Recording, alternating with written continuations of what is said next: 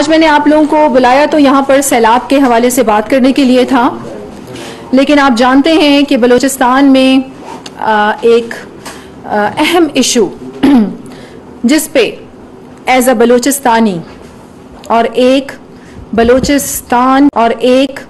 बलूचिस्तान की औरत होने के नाते से मैं समझती हूँ बहुत ज़रूरी है। यहाँ आज आप ये समझें कि आपके सामने कलात से बिलोंग करने वाली बलोच औरत खड़ी है, और अगर मैं बार बार इस बात के बलोच औरत, तो मेरे नाराज बलोच भाई भी मुझे सुन रहे होंगे और वो मेरी इस बात से अंदाजा लगा सकेंगे कि उनके लिए भी हमें कितनी तकलीफ होती है।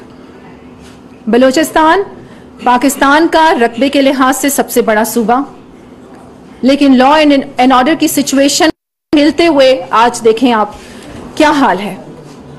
और ये क्यों है?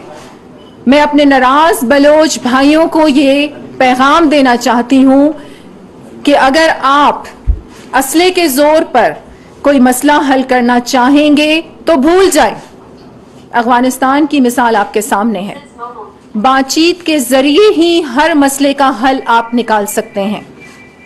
और जैसे कि आप जानते हैं कि बहुत एक सेंसिटिव टॉपिक, हमेशा हम कहते हैं मिसिंग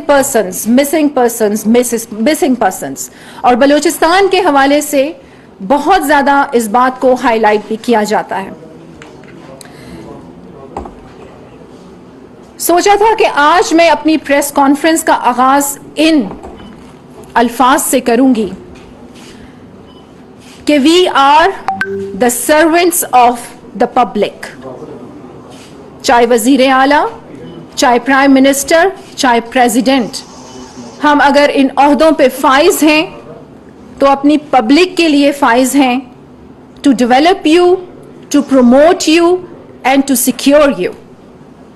मिसिंग पर्सन्स के हवाले से मैंने क्यों आज, हालांकि सैलाब के हवाले से मैं बात करना चाहती थी, लेकिन जैसा कि आप जानते हैं कि ज़हीर नामी शख्स ने कल जिस तरीके से प्रेस कॉन्फ्रेंस की, और आप ये भी जानते हैं कि ज़ियारत का जो वाक़या हुआ जिसमें हमारे शहीद कर्नल लईक और उनके कज़न को किस बेदर्दी के साथ शहीद किया गया,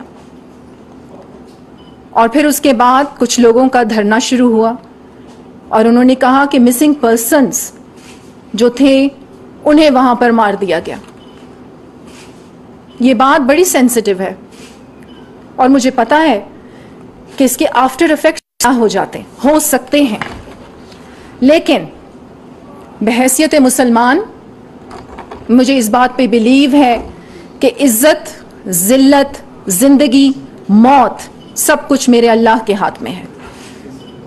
इसीलिए आज पाकिस्तान का दर्द रखते हुए, बलूचिस्तान एज अ बलोच औरत, बलोचों का दर्द रखते हुए मैं आप सबके साथ ये बात शेयर कर रही हूं कि आप ये देखें कि ज़हीर नामी शख्स कितने सालों बाद वापस आ जाता है और वो प्रेस कॉन्फ्रेंस कर रहा है कि मैं ईरान की जेल में था, क्योंकि वो इल्लीगल बॉर्डर क्रॉस का कोई वाकया सामने आ जाता है और यहां पर मामा कदीर जैसे लोग बैठे हुए मिलाइन कर रहे हैं स्टेट को और अपने अदारों को, और ऐसे अदारों को जिनकी वजह से हम रात सुकून की नींद सोते हैं।